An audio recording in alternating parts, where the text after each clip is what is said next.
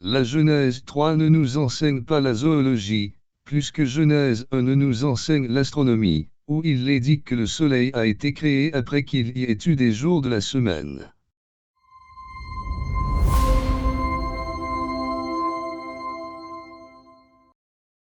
Comment cela fonctionne-t-il?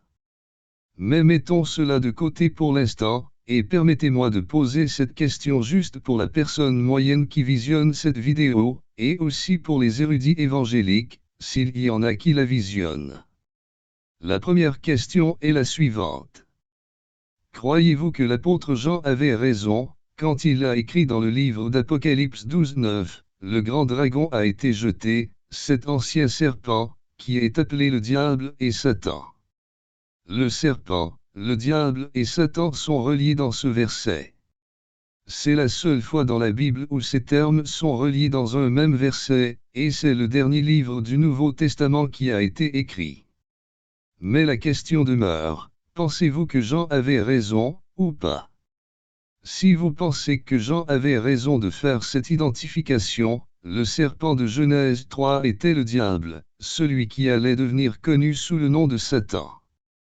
Regardez à nouveau la façon dont Jean dit ceci, cet ancien serpent, qui est appelé le diable et Satan.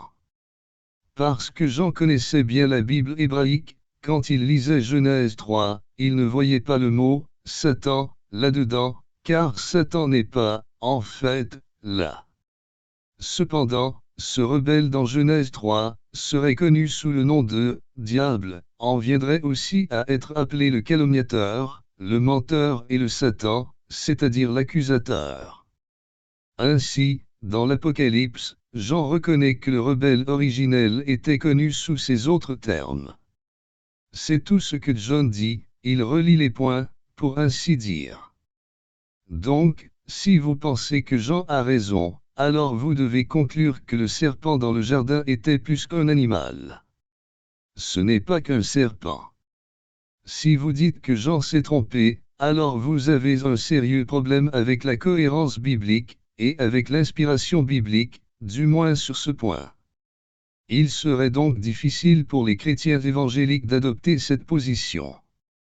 Une deuxième question que je poserai aux téléspectateurs, qui ne tiennent peut-être pas à ma position selon laquelle Jean avait raison, alors le serpent dans le jardin est plus qu'un serpent. Ainsi, je demande, croyez-vous que Genèse 3 était destiné à nous fournir des connaissances zoologiques perdues? Genèse 3 est-elle une leçon sur la zoologie ancienne? Pour poser la question d'une autre manière, Genèse 3 est-il conçu pour nous enseigner l'évolution du serpent? Que les serpents avaient des pattes et pouvaient parler, mais non plus. Je pense que c'est ridicule, même si vous verrez ce point de vue exprimé dans certaines publications évangéliques.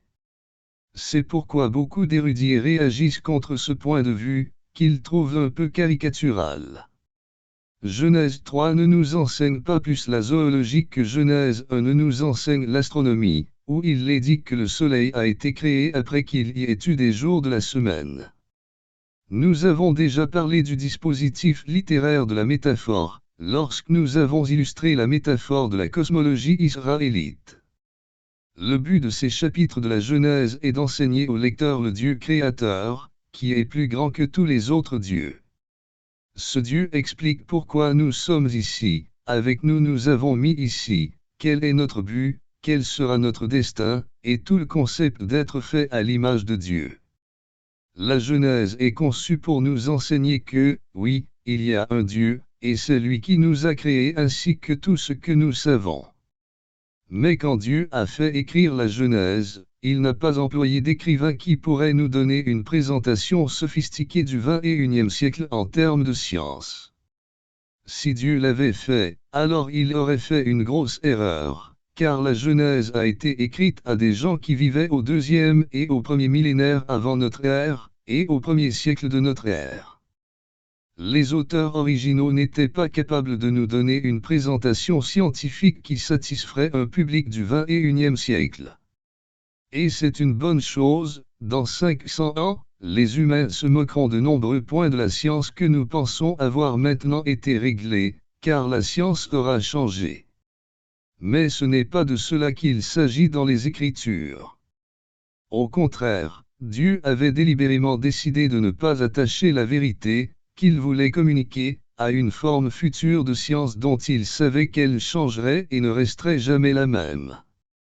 Donc, si vous voulez prendre cette position, alors il serait absurde pour vous de penser que Genèse 3 vous enseigne une leçon de zoologie.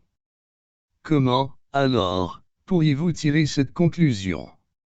Eh bien, moi-même, je ne pense pas que la Genèse nous enseigne la zoologie.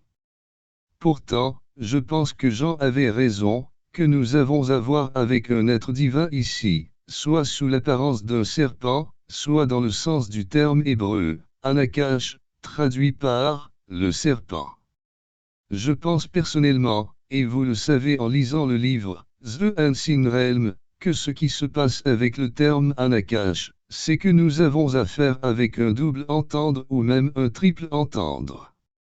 Parce que, si vous considérez Anakash comme un nom ou un participe, il peut toujours signifier le serpent.